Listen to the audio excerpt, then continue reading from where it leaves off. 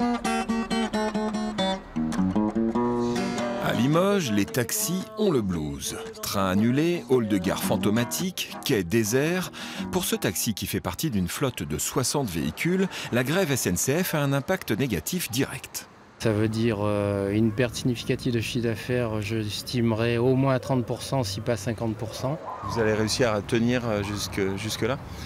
Moi personnellement oui, parce que ma licence est finie de payer. J'ai des collègues qui ont attaqué le métier à la fin de l'année, voire au début de cette année, et qui commencent à être très inquiets pour leurs charges et payer l'empreinte sur leur licence. De plus, la mise en place de systèmes alternatifs ne favorise pas non plus l'usage des taxis. Ce bus qui rallie Limoges à Paris ne déposera pas les usagers gare d'Austerlitz.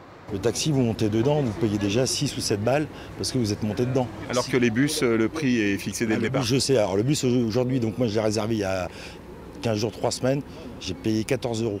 Rémi Rondet dirige une société de 17 taxis à la souterraine en Creuse. Lui aussi perd du chiffre d'affaires mais comprend les grévistes qui défendent la pérennité de leur gare. Alors on n'est pas content parce que ça fait perdre 5 ou 7% de chiffre d'affaires.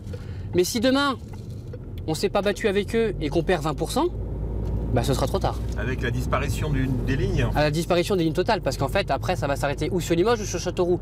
Des chauffeurs de taxi fragilisés par ce conflit.